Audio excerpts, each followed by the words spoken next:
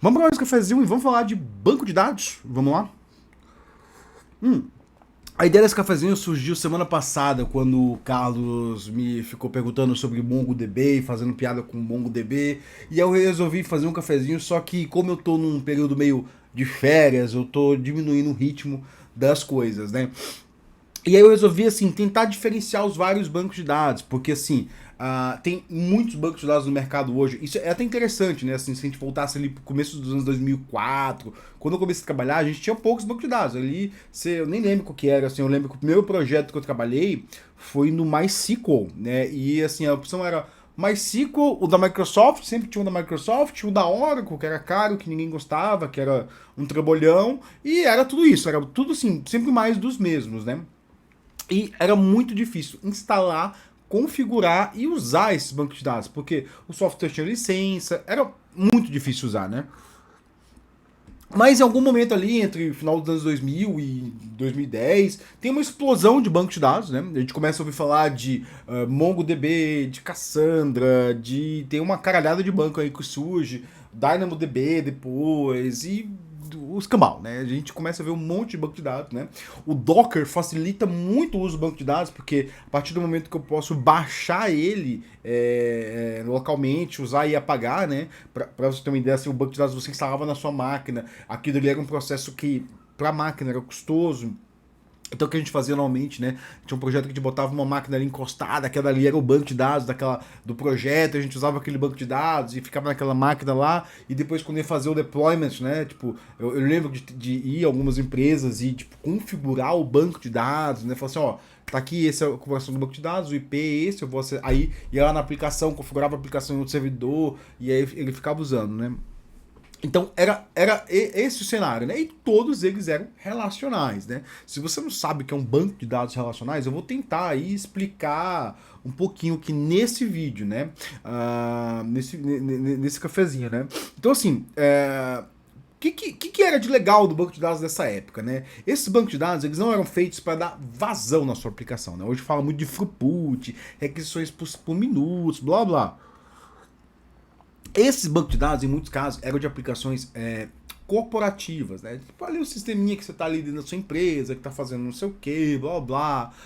Muitos dos sistemas não eram usados massivamente, né? Vamos pensar num banco aqui, um banco, né? Você pensa, nossa, eu posso acessar aqui meu banco e transferir. Não, quando você ia acessar o banco, você ia e chegava ali numa agência e alguém ali acessava um banco. Muito do processamento não era feito online, era um processamento offline. Você vai falar assim, mas assim, online, offline, tudo conectado. Assim, quando a gente fala processamento online, é processamento no momento, né? Então, se eu faço, por exemplo, um processamento offline, é quando eu faço, por exemplo, eu faço um monte de transferência e no final do dia eu submeto essas transferências para alguma outra coisa, né? Então, muito do processamento era feito offline, depois tinha as integrações. Então, assim, o ecossistema era bem diferente. Só que, em algum momento ali, muda a chavinha, né? Muda a chavinha porque surgem as big techs, elas na verdade, sim, surge o smartphone, né? O smartphone é que mudou essa categoria, né? Assim, quando você dá potencial de processamento para um dispositivo desse, o que você faz? E todo mundo tem um dispositivo desse, você transforma os sistemas em universais, né? Uma palavra que eu gosto muito que é ubico, né? Onipresente, né? Os sistemas que eles são usados por todo mundo usa esses sistemas hoje em dia. Então o processamento ele precisava ser o quê? Ele tinha que ser primeiro que online, né? Tipo, o processamento ele tinha que ser porque se você tem um uso massivo, você começa a ter diversos problemas ali de fraude, de um monte de coisa, né? Então o processamento ele tem que ser online e ele tem que dar vazão, porque tem muito mais pessoas usando esses sistemas, né? Então, a gente começa a ter essas variações de uso, né? E aí surgem novos bancos de dados. Aí você deve estar se perguntando, poxa, mas por que surgiu novos bancos de dados, né? Por que a gente tem um DynamoDB? Por que a gente tem um Mongo? Porque cada banco de dados, ele tem o seu caráter arquitetural diferente, né? Por exemplo, vamos pensar um SQL básico ali, o Postgres. O Postgres, ele tem uma série de índices, ele tem uma série de garantias que se você não usa, bobo você está sendo, né? Que é as constraints, né? Um banco de dados relacional, ele é feito baseado em constraints. Então, assim, quando eu quero um banco de dados relacional, eu quero que o banco me garanta a consistência do dado. Então, ali, eu vou ter o quê? Controle de transação, eu vou ter um monte de coisa ali que, tipo, vou ter controle de consistência, né? Eu posso dizer assim, olha, eu quero que todo usuário tenha um username, que esse username seja único. Eu quero que todo usuário aqui ele tenha que esteja relacionado a uma outra tabela e todo ID que tenha uma tabela esteja relacionado aqui, blá blá. Você consegue fazer, você delega para o banco consistência. Tá, qual que é o custo disso, né? Por que que um banco relacional, alguma hora as empresas falam assim, isso aqui que a gente passou 40 anos pensando nesse negócio não é tão bom assim. Porque bom é, na verdade assim, bom é. Essa é a questão, bom é. Você nunca pode falar que algo não é bom. O que acontece é que muda as condições. Mudou as condições, mudou os pressupostos, você vai dizer assim, esse não é bom para o meu caso, para outro caso é.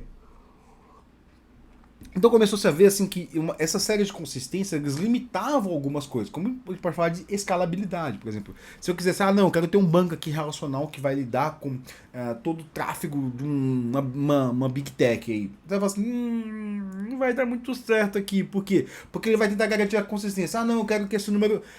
Cara, uma questão básica. Gerar número sequencial. É difícil, é complicado. Não sei se você sabe. Não sei se você implementou algum número que assim, eu quero gerar um número sequencial que ele vai ser gerado por 10 máquinas, 10 processos em paralelo. É complicado fazer isso. Eu já fiz isso em Kafka. É difícil, é lento, né? Você vai ter um momento ali que vai parar todo mundo e vai assim, quem que é? Você tem que implementar algoritmos lá super complicados, como o K-Raft, no caso, sei lá, é difícil, é complicado, né? Então, assim, essas consistências, elas vão ter que deixar de ser de lado para outras questões, né? Então, assim, o banco de dados ele vai ter que se relativizar, né? E aí começa a surgir, banco de dados em memória, talvez o banco de dados em memória já existisse, tá, galera? Né? Eu trabalho, a empresa que eu trabalho tem um banco de dados em memória, né? Eu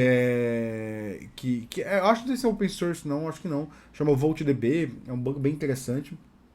Tem banco de dados de memória. Os bancos de dados começaram a deixar de lado essa questão de consistência. Eu não quero lidar com consistência, não. Deixa que o meu software lida com consistência, né? Então o meu software vai validar as questões ali antes de tentar usar. Então, assim, eu quero garantir que só tem um usuário aqui. Eu faço de uma outra forma essa validação. E dá pra fazer, gente. Dá pra fazer assim. Mesmo que ali, tipo, uma das opções. Dá pra fazer. Dá pra você garantir pro banco ali que mesmo sem ali eu ter uma chave de unicidade, aquilo ali é único. Só que isso vai pra software. Você joga com capacidade pro software e não pra modelagem do banco, como era feito anteriormente, né? E aí surgem os bancos de dados não relacionais, que eles são o quê? Não é que eles, assim, o que é os bancos de dados não relacionais, né? Eles não criam tabelas relacionais, as tabelas não se relacionam mais, né? E aí eles são muito mais complexos, assim, tipo, não é que são mais complexos, assim, eles têm uma variedade maior, por exemplo. Eu tava falando do Mongo. O Mongo é um banco focado no documento, né? Ele é orientado a documento. O que é um orientado a documento, assim? Você vai ter um objeto ali que você salva. Na verdade, você tá falando que era um JSON, né? O Mongo não salva JSON, o Mongo salva Bison, né? Bison é binary. Eu sei. Eu não sei não agora. Assim, o JSON é plano, é texto, né? O Bison ele é binário. Ele é parecido, ele tem algumas possibilidades de serialização melhor do que o JSON, né? O JSON eu acho um formato puta da hora. Só que eu acho que ele limita muito em termos de serialização, né? Por exemplo, número. Você só tem um tipo de número. Você não tem, sei lá, você só tem um tipo de número, né? É porque é um formato para leitura, né? Então, isso você perde dado. Você tem uma perca de dados, né? E no Bison você já pode fazer de outras formas, né? E aí ele salva em Bison, né? O Mongo ele salva em Bison. Ele tem as collections. Collections seria como se fosse uma tabela lá. Tipo, eu tenho uma tabela aqui, né? E aí, só que assim, qual que é a diferença da collection para uma tabela? A tabela você tem um esquema definido. Então, quando eu vou me relacionar com a tabela, eu tenho que saber o esquema daquilo e eu tenho que inserir de acordo com aquele esquema. Porque se eu inserir de maneira errada, eu vou tomar ali uma falha de constraints ali na cara e vai falhar porque o quê? O banco que garante a consistência. No Mongo não, você não tem consistência. Você pode evoluir seu dado de maneira mais fácil, mais fluido. Isso aí você está ganhando em algumas coisas, está perdendo em outras, né? Uma das garantias que você ganha é que ele pode ser particionado, né? Particionamento é uma questão que muito quem trabalha com banco relacional não tem muita ciência, porque assim, o que é particionar? Particionar é como se eu tivesse assim, ó, eu tenho dois carinhas aqui e aí você pensa em réplica, né? Você pensa em réplica. Não, um tá replicando com o outro. Por exemplo, a gente trabalha muito isso com HTTP, né? Eu levanto 10 instâncias no meu serviço lá e cada um vai responder. Só que elas são todas iguais, né? No particionamento, eu tenho uma divisão do trabalho. Eu falo assim, ó, por exemplo, eu quero particionar entre dois bancos aqui. Eu vou falar para ele assim, olha, você aqui, você vai me dar todos os usuários que tem username de A a J. E você de J para frente. Você pode fazer isso aí no Mongo. Dá para fazer isso. Dá. Desde que a chave seja o usuário. Não lembro direito. E você tem menos índices, né? Aí você, caso você não use índices no banco de dados, é uma coisa que você fala assim, cara, o que é índice? Porque assim, qual que é a principal atividade do banco de dados? Você salva o dado e você lê o dado, né? Só que quando você vai ler o dado, você acha que aquilo ali, eu passo uma query, ele magicamente pega a query. Eu já vou te dar uma dica lá, roda um explain, né? Procura como é que faz um explain ali no banco de dados, né? Eu tô lendo um livro aqui, deixa eu mostrar, que ele fala dos internals do banco de dados, né? Você deve estar assim, cara, por que você está lendo esse livro, né? Putz, eu já ia mudar de assunto, se eu vou mudar de assunto, né? Porque o Kafka, ele é o core de um banco de dados. Ele é o core do banco de dados, né? Porque é um write ahead log, né? Então, mas isso não tem nada a ver com isso, não, né? E aí, assim, eu tô vendo aqui, eu tô com a imagem aqui de uma árvore binária, né? Os índices são grandes árvores binárias, né? Tipo, árvores de busca para o banco. Então, assim, quando você vai fazer uma busca, por exemplo, assim, eu tenho um usuário lá, ele tem um identificador, ele tem um username, ele tem, sei lá, um saldo, e eu quero fazer algumas buscas por ele, né? Esses arquivos, eles estão salvos em disco, e achar cada pedaço de disco é muito custoso. Então, os bancos de dados, eles criam índices. E aí, assim, eu quero achar por username. Eu vou ter o índice do username, eu vou percorrer aquela tabela pelo username. É custoso manter o índice, mas é mais custoso ainda fazer uma consulta sem um índice. Entendeu? Então, assim, se eu quero uma maneira fácil de otimizar o banco, né? Observa qual que é a query que você mais faz e olha se você tem um índice para aquilo ali. Descreve os índices que você tem no banco de dados. Então, conhecer o banco de dados, saber como é que funcionam os índices, como o dado é retornado, como o dado é salvo, é muito importante. E o banco de dados não sequencial, ele joga muito disso fora. Por exemplo, o MongoDB, eu não lembro muito direito como ele tá, mas ele tem muito poucos índices. Assim, as funcionalidades de índices deles é muito baixa. E aí você consegue fazer projeção, consegue fazer um monte de coisa, mas aqui dali é mais difícil, né? Por isso, assim, quando a gente vai usar uma coisa que eu falo assim, não é relacional, não tá ali no banco SQL, a coisa que o que você mais precisa pensar é na sua chave. A chave, o índice, né? O cara que vai identificar aquele registro, né? Eu lembro quando uma vez trabalhando num projeto que era de IoT industrial, e eu tinha pensado numa funcionalidade muito interessante, assim, né? Tipo, que era assim, a gente precisava de uma base estatística que ia gerar dados, né? E o Mongo tem uma funcionalidade chamada Upsert. O que é? Eu pego uma chave lá, eu gero uma chave, eu já tenho a chave, e eu executo uma escrita no banco que ela vai fazer o quê? Ela vai atualizar ou inserir, né? E ela só vai atualizar alguns campos específicos, né? E aí eu tava pensando assim, tipo, poxa, eu tenho uma entidade aqui, né? Aí eu precisava de algumas estatísticas diárias, né? Aí eu pensei assim, eu gero uma chave complexa. O Mongo é muito bom para gerar chaves complexas, né? Eu gero uma chave complexa aqui, né? Que ela vai ser o quê? Vai ser primeiro o dia, né? Depois o ID dessa entidade, e eu vou fazer um upsearch nesse cara. Então, assim, por exemplo, é como se eu tivesse assim, eu quero ver quantos acessos a pessoa fez no dia, né? Em vez de eu ficar, carrega o objeto, lê na memória, altera o valor, salva de novo. Isso aqui, carrega na memória, lê o objeto e salva de novo, só isso aí você fez 2 consultas ao banco. Você foi e voltou em outro servidor, isso é lento. Então o que eu pensei lá, eu gero uma chave, né? A chave eu sei qual que é a chave, o dia, o horário, né? Eu consigo fazer query por essa chave, né? E embaixo dela eu vou ter o quê? Eu vou ter alguns valores, porque eu só gero a escrita. Eu só gero a escrita. Eu não preciso saber do retorno daquilo.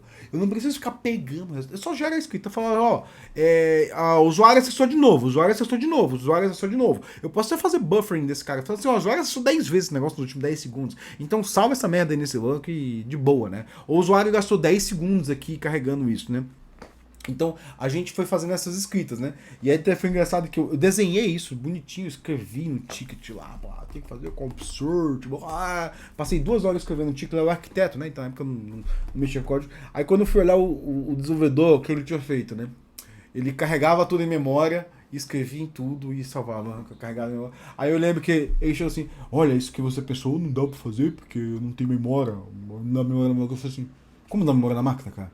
Tipo, não, porque tem que carregar um monte de coisa. E aí eu não sei se ele tava fazendo, salvando uma entidadezinha, depois carregando tudo em memória pra fazer a conta. Aí eu olhei lá e falei, ai meu Deus. Ai meu Deus, né?